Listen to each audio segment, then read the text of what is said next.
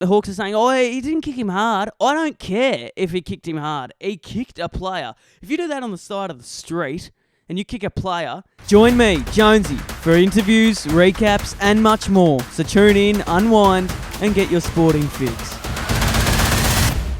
Hello guys, welcome to the Sporting Fix. It is Jonesy with you today for the 16th episode of the program.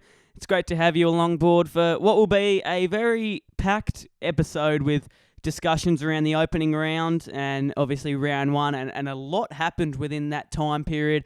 We'll be discussing that today, which will be great. Obviously, the last episode was an interview, which was really, really good to get a person on and discuss their situations and their journey. It was great to have that on, but now it is obviously myself as we alternate episodes from interviews to recap. So it's a recap today, and I'm pumped to get along board with it.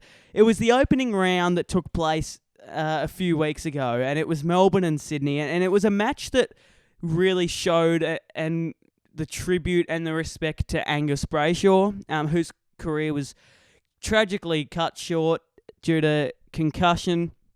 It was really nice to see they put the helmet on and they really acknowledged what he's done in the game, which was a really touching tribute. It was a massive crowd in Sydney. It was 40,000 people.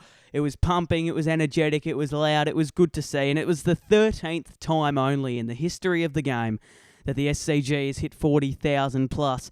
And for that to just be a regular game, it's not a final, it's just a regular game. It was insane. It was really insane. It was good to see that footy is alive. I'll discuss my thoughts on the opening round afterwards. I did think it was not going to be great, but that sort of did change, and we'll discuss that later. But Sydney were absolutely firing in the last quarter.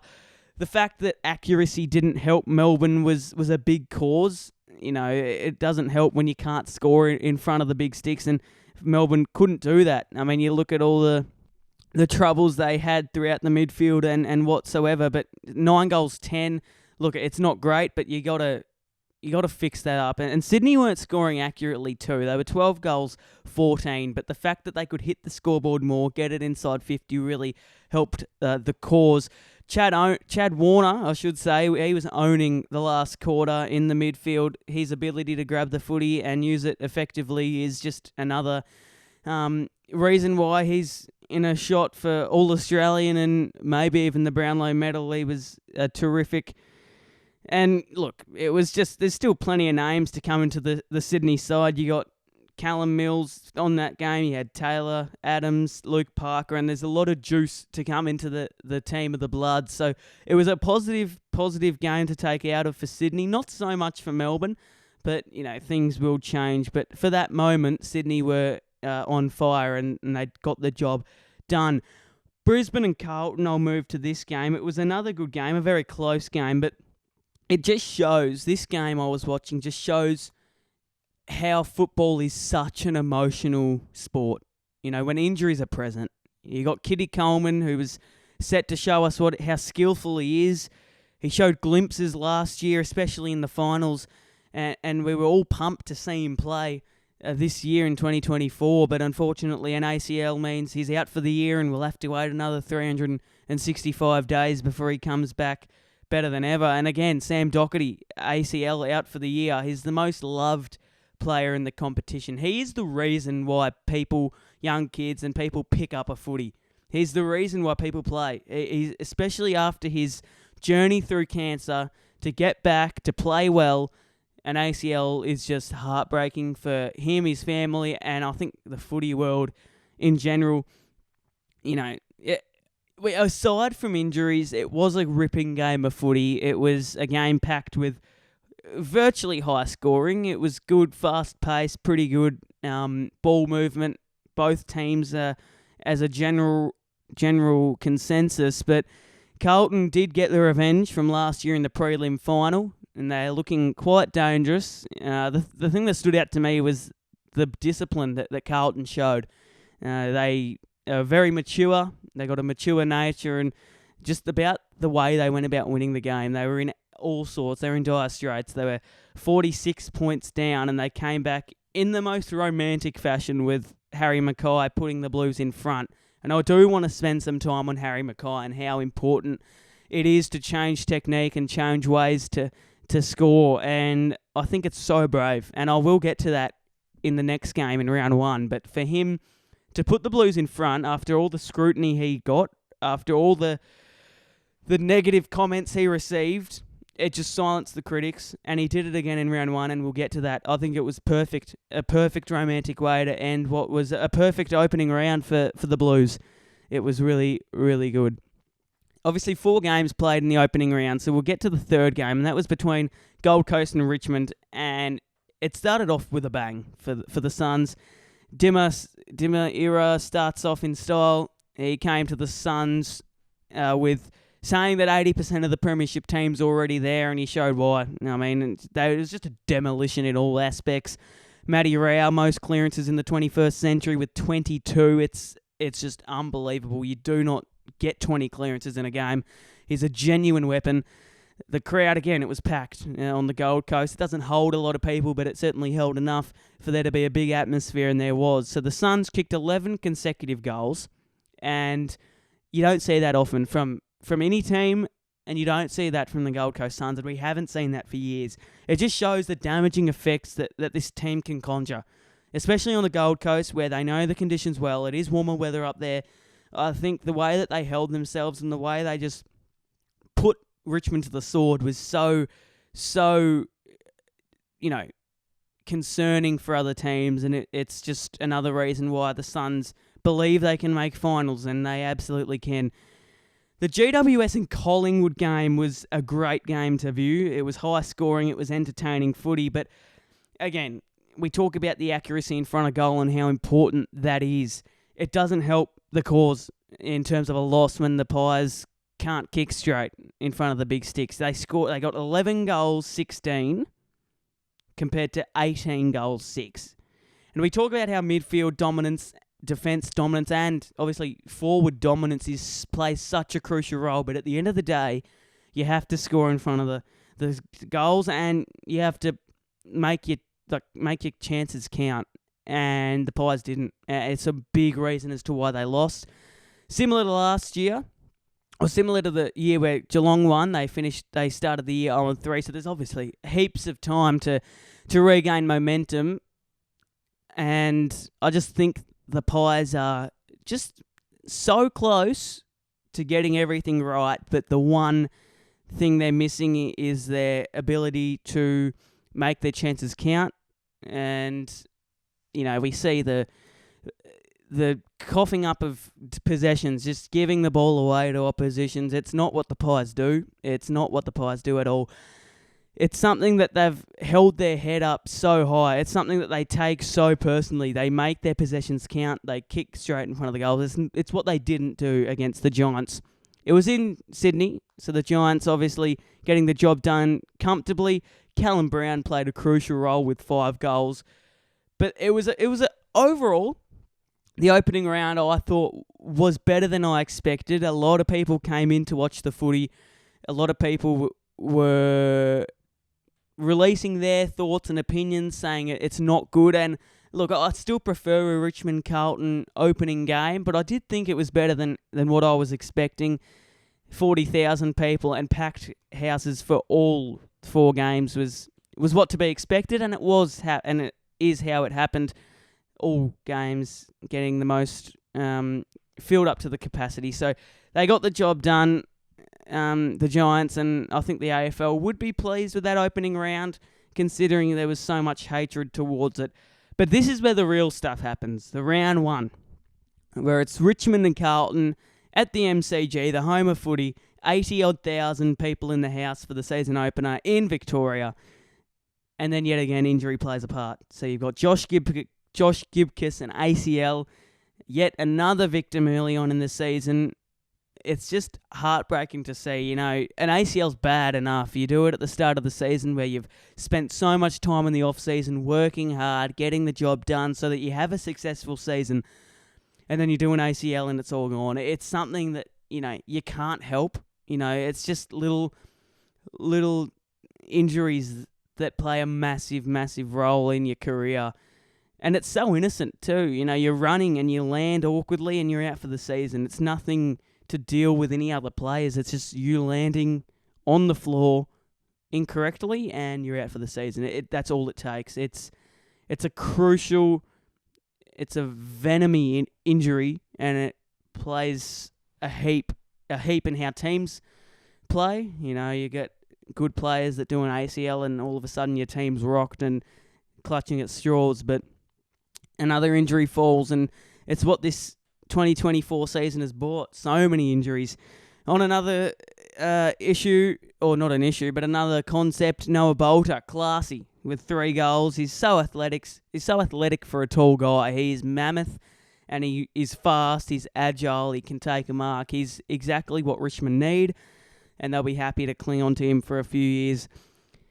But then again, we talk on a Carlton perspective. Mackay, I mean, he's back to his original best. He takes 3 goals. It takes gut to change technique, but he had to. I mean, we've been following the narrative of Harry Mackay for 2 years. You know, he hasn't been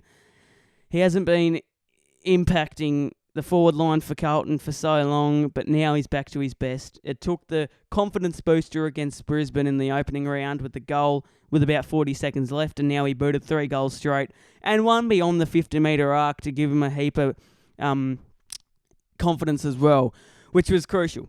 And then you talk about Tom de Koning, who crushed it in the ruck, and then towards the end, Curnow pushed back and played a massive role. So again, Carlton not relying on a few players there. The whole team is collaborating as a whole, and Zach Williams, another one, a beautiful story. But as a team, Carlton will be happy. They'll be very happy. The fact that they can play good teams on any given day and back themselves to win the game, which is what they did on that occasion.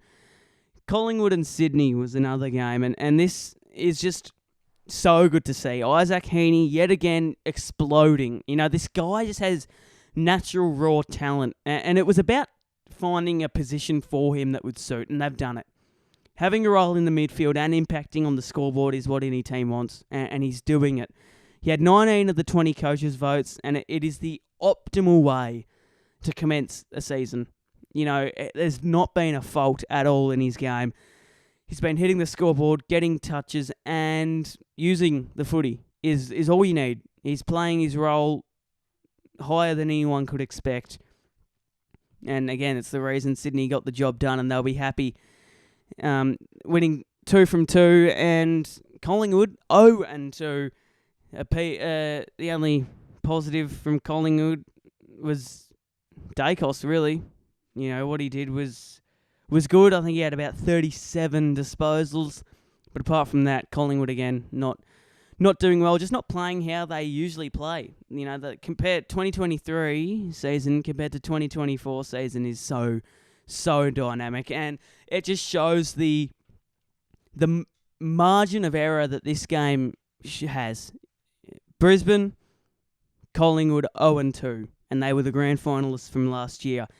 It just shows that if a team like GWS, like Gold Coast, can get everything in plan over the off-season, they can be damaging. And it's so... The margin for error is so slim. And we've seen that with Collingwood and Brisbane being 0-2 after winning, or not winning, but being in a grand final.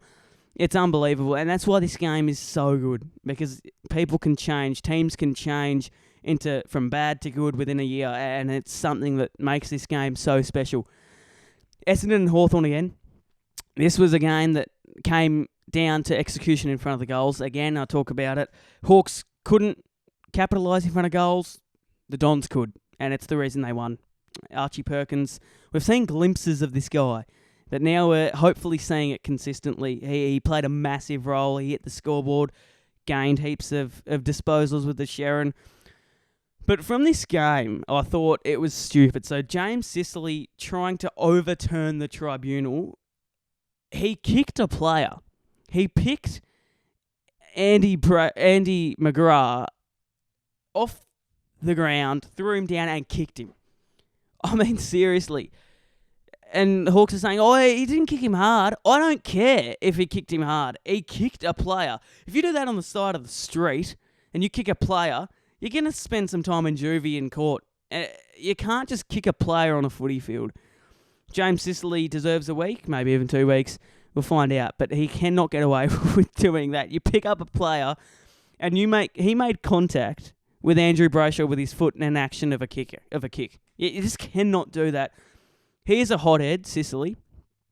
And I'm sure he's a good bloke. You get him down, he'd have a good chat with you, but he can get ahead of himself, and his management issues mentally just lack, and he finds ways to get himself in trouble. And it only took the first round before he's in trouble in hot water. Kicking a play, he just cannot do it. So I think James Sicily deserves a week or two for that. The Giants and North Melbourne, it was nothing special. I mean, it was always going to be a victory to the Giants. They're a top 4 team, maybe even a top 2 team. It was in Sydney again. They beat Collingwood in Sydney. Of course, they're going to beat North Melbourne in Sydney, and they did that. They're 2 teams at 2 different stages. So you got to recognise that. I thought North, there were a lot of positives to take out of that. There were a lot of negatives to take out of that. But at the end of the day, they didn't get swamped. They got heavily beaten, but they didn't get demolished. They're at 2 different stages. One's in a rebuild, one is trying to take the Premiership Cup. So you can't really compare the 2 teams that much and be really harsh on the teams. Giants did their job.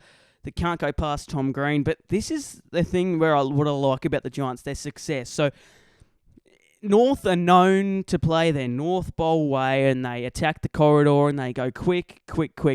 And they turn it over, and the Giants go quick the other way, twice as quick. It's the endurance that the Giants have, all players. The fact that North turn it over, and then Giants go quickly the other way. North are known for their attacking nature through the corridor, but the Giants just pound them.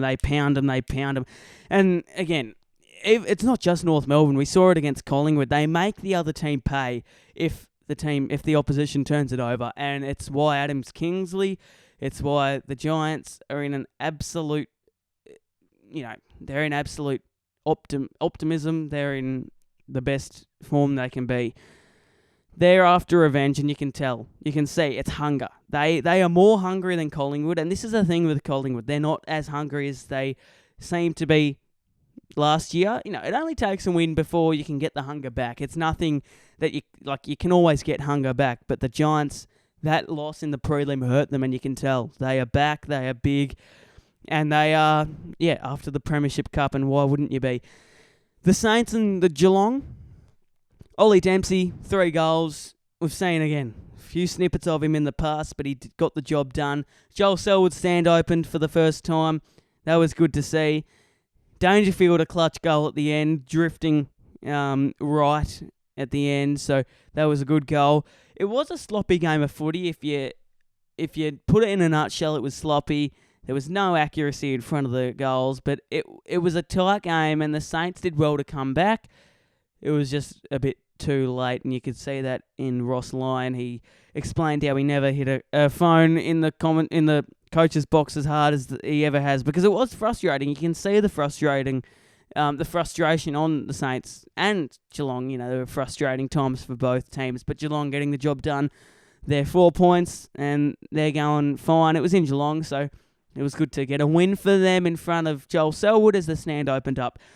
Now we go to the Suns and the Crows, and it was 3/4 of embarrassment for the Crows, really. It was just control by the Suns.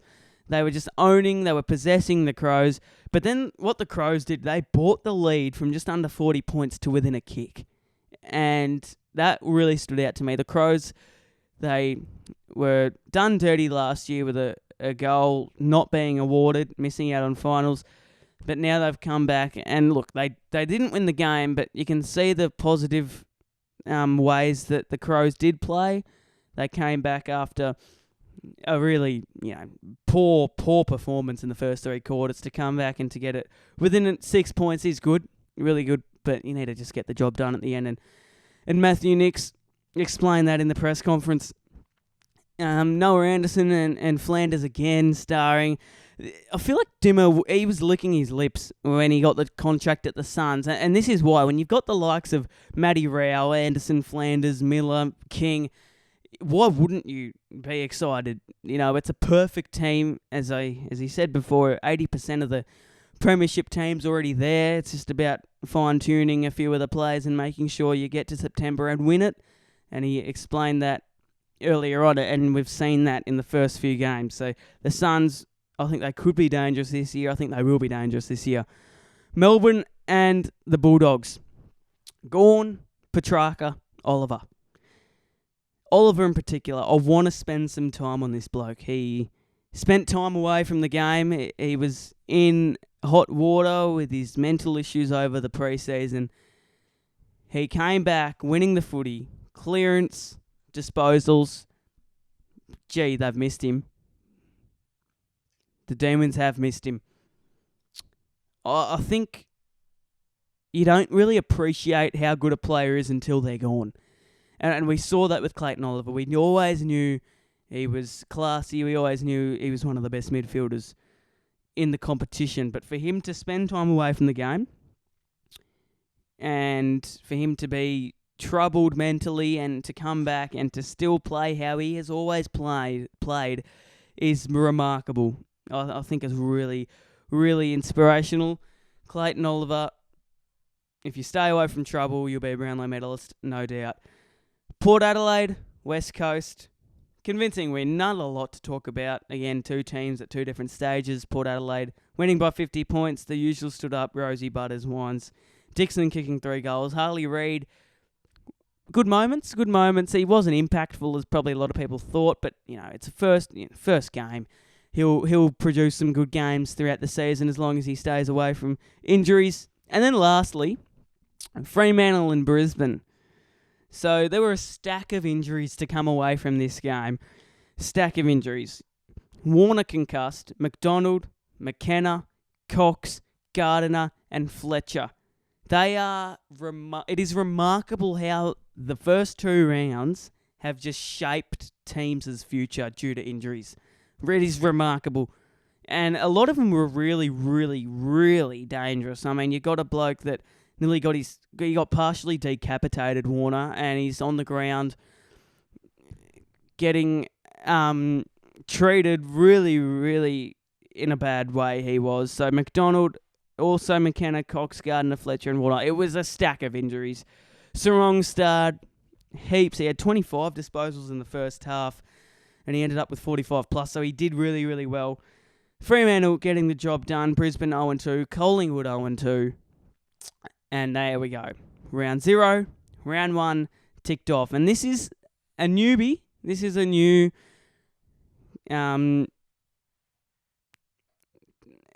concept that has been going on in AFL. It's a new team that has entered the frame, the Tassie team. I rate the logo. I hate the jumper. The logo's good. The colours were always going to be red, yellow, green. The logo's actually fire. I mean, you got a devil that with grilling teeth. You've got a shackered back, which is really good, and it's fiery. The logo's good, but the jumper is just cancer. You look at the jumper, and it's the shape of the state, and it's plonked on the middle of the jumper, and they've just put a red T in it.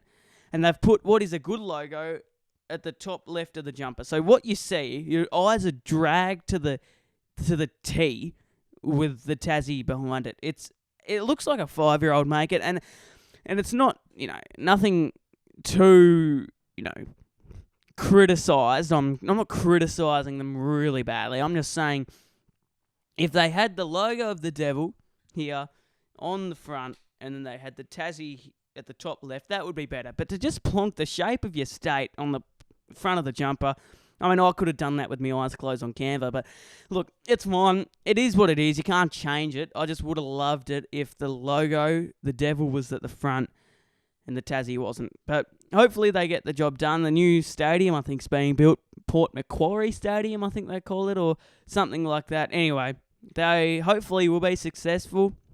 It's good to have another team in. 19 teams. It'll just be interesting with how buys will work and everything, as it's odd numbers, but they'll find a way, Andrew Dillon and his crew. So yeah, I don't know, what are your thoughts on it?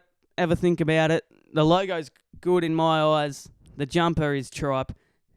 That's all I got to say, really. So what has been a packed opening round and round one with injuries galore, suspensions here and there, and a new team entering the frame. It is, I think, a perfect way to begin 2024 season, and I can't wait to get back to it, doing these recaps, along with interviews along the side as well. You are listening to the 16th episode of the Sporting Fix. Stay tuned for the next interview, which I will have sitting along this couch. You'll have to wait and see. It's a classy athlete. Have a good night.